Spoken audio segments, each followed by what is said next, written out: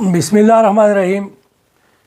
इंशाअल्लाह ताला हम आज एक कंसेप्चुअल क्वेश्चन करेंगे कि क्यों सेकंड आयोनाइजेशन एनर्जी हायर है देन फर्स्ट वन से। मैंने एग्ज़ाम्पल लिया है मैग्नीशियम का। इस एग्ज़ाम्पल के ज़रिए इंशाअल्लाह आज आप आसानी से समझ जाएंगे। देखिए, यहाँ पे मैग्नीशियम एटम से मैंने एक इलेक्ट्रॉन निकाला है, तो इसी इलेक्ट्रॉन निकालने के लिए इतनी एनर्जी रिक्वायर है। तो इसको कहते हैं, क्योंकि ये फर्स्ट इलेक्ट्रॉन में निकाला इस मैग्नीशियम से, तो इसको फर्स्ट आयोनाइजेशन एनर्जी कहते हैं। यहाँ पे इस मैग्नीशियम से मैंने दूसरा इलेक्ट्रॉन निकाला, ये दूसरा इलेक्ट्रॉन है, ये पहला है और ये दूसरा है। इस मैग्नीशियम से ये वैलेंस शेल के दो इलेक्ट्रॉन है, पहले मैंने एक निकाला और ये दूसरा मैंने निकाला। यहाँ पे इस इलेक्ट्रॉन निकालने के लिए इतनी एनर्जी रिक्वायर्ड है, तो इसको चूँकि सेकंड इलेक्ट्रॉन निकालने के लिए दरकार है, तो इसको कहते हैं second ionization energy. The amount of energy required to remove first electron is called first ionization energy, and the amount of energy required to remove second electron is called second ionization energy। यहाँ पे question ये है कि second ionization energy higher है than first से। Second ionization always greater higher ज़्यादा होगी then first ionization energy से। ये क्यों है? तो इसकी वजह यह है, देखिए यहाँ पे मैंने मैग्नीशियम एटम का स्ट्रक्चर बनाया हुआ है। इसके न्यूक्लियस में 12 प्रोटॉन है और इलेक्ट्रॉन भी 12 है। प्रोटॉन और इलेक्ट्रॉन दोनों इक्वल है। तो इससे सपोज मैंने ये इलेक्ट्रॉन निकाला, ये इलेक्ट्रॉन निकाल दिया इससे, तो इससे बन गया यहाँ पे प्रोटॉन तो वह सारे के सारे है, प्रोटॉन तो 12 है, प्रोटॉन तो नहीं निकल गया, सिर्फ इलेक्ट्रॉन एक निकल गया, 11 इलेक्ट्रॉन रह गए।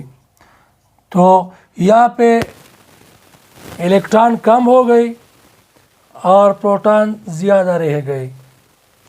तो यहाँ पे ये प्रोटॉन ये इलेक्ट्रॉन तो निकल गया, बाकी ये इलेक्ट्रॉन रह गया वैलेंस इलेक्ट्रॉन। तो हम बात करते हैं वैलेंस इलेक्ट्रॉन के। तो यहाँ पे प्रोटॉन ज़्यादा है बनिस्बत, यहाँ पे प्रोटॉन भी 12 है, यहाँ भी 12 है, लेकिन यहाँ इलेक्ट्रॉन दो को, सपोज वैलेंस इलेक्ट्रॉन की बात करते हैं, तो यहाँ पे इन दो इलेक्ट्रॉन को अट्रैक्ट करते हैं, और यहाँ पे प्रोटॉन 12 है लेकिन अट्रैक्ट एक करता है, तो ये प्रोटॉन बनिस्बत इस प्रोटॉन की ज़्यादा लगते हैं। ये न्यूक्लियर चार्ज बढ़ गया क्योंकि इलेक्ट्रॉन कम हो गए। तो ये प्रोटॉन, ये न्यूक्लियस इस इलेक्ट्रॉन को मजबूती से पकड़ते हैं। So for the removal of this electron more energy will be required because this remaining electron is strongly held by the nucleus, because this nuclear charge is greater than this one, even both have same number of proton. Therefore the second ionization energy is higher than first one। देखिए इसको कैसे लिखेंगे paper में, इस तरह लिखेंगे, the second ionization energy is always greater than first ionization energy because the electrons are decreased and the proton remain the same, या the proton increase।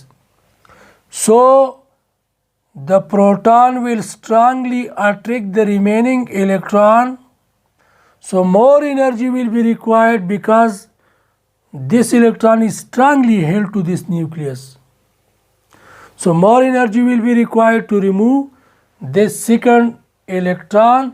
Therefore second ionization energy will always be higher than first ionization energy।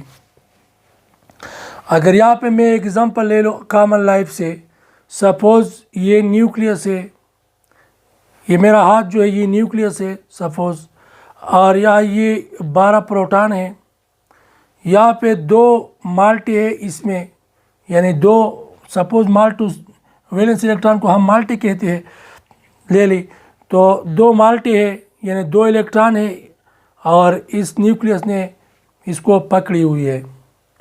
अगर मैं इससे 1 माल्टा कम कर लो, मैंने इससे ये हाथ है इसमें 2 माल्टे है यानी न्यूक्लियस है और ये 2 इलेक्ट्रॉन को अट्रैक्ट करते हैं, सपोज बाकियों को भी अट्रैक्ट करते हैं लेकिन हम वैलेंस इलेक्ट्रॉन की बात करते हैं। तो 1 इलेक्ट्रॉन को मैंने रिमूव, सपोज मैंने 1 माल्टा को रिमूव किया तो बाकी रह गया हाथ, तो वही हाथ है, प्रोटॉन तो वही प्रोटॉन है, लेकिन 1 माल्टा कम हो गया, लेकिन 1 वैलेंस इलेक्ट्रॉन कम हो गया। तो ये हाथ 1 माल्टे के लिए बड़ा होता है बनिस्बत जब इसमें 2 माल्टे होते हैं। तो इस 1 माल्टे को मजबूती से इसमें पकड़ी हुई होती है बनिस्बत 2 के। जब 1 इलेक्ट्रॉन हो तो और न्यूक्लियस वही प्रोटॉन हो तो इसको स्ट्रांगली होल्ड करता है, तो इसके लिए मूव करने के लिए मोर एनर्जी रिक्वायर होती है। जिस तरह हाथ 1 है वही हाथ है, लेकिन माल्टा 1 रह गया तो ये माल्टा 1 हाथ से मजबूती से पकड़ी हुई होता है, तो इसके निकालने के लिए मोर एनर्जी रिक्वायर होती है, क्योंकि जब मैंने या किसी और ने किसी चीज़ को मजबूती से पकड़ा हो तो निकालने के लिए एनर्जी ज़्यादा दरकार होती है, क्योंकि मजबूती से पकड़ा होता है। Therefore, this electron is strongly held by the nucleus. Therefore, more energy will be required. Like हाथ में 1 माल्टा हो या 2 माल्टे हो, 2 माल्टे तो लूजली पकड़े हुए होते हैं और 1 माल्टा स्ट्रांगली पकड़े हुए होता है, तो एक निकालने के लिए एनर्जी ज़्यादा होती है, दरकार होती है।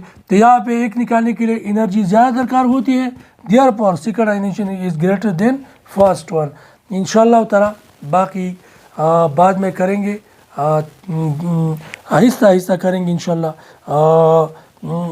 कंसेप्चुअल क्वेश्चन करेंगे और इसको एक्सप्लेन। यहाँ पे एक और क्वेश्चन इराज होता है, देखिए एक स्टूडेंट क्वेश्चन करता है, यहाँ पे मैग्नीशियम के वैलेंस शेल में 2 इलेक्ट्रॉन हैं और हम ये 2 इलेक्ट्रॉन को निकालते हैं, ये क्यों निकालते हैं? Why we remove the 2 electron from the valence shell of magnesium? It is another question. देखिए यहाँ इसके वैलेंस शेल से 2 इलेक्ट्रॉन में निकाल दी, यहाँ पे वैलेंस शेल में रह गए 8। तो हमें पता है कि जब किसी एटम के वैलेंस शेल में 8 इलेक्ट्रॉन हो तो स्टेबल होगा। तो हम ये 2 इलेक्ट्रॉन इसलिए निकालते हैं to become this magnesium stable, it is stability के लिए निकालते हैं। तो ये मैग्नीशियम आयन स्टेबल हो गया और ये स्टेबल नहीं है, तो जब हम इसकी वैलेंस शेल से 2 इलेक्ट्रॉन निकाल लें तो इसकी वैलेंस शेल कंप्लीट हो जाता है, ऑक्टेट पूरा हो जाता है, तो ये स्टेबल हो जाता है। Therefore, we remove the electron from the valence shell of magnesium or from any other atom. इंशाल्लाह इसको अच्छी तरह देखें और याद करें। Thank you very much.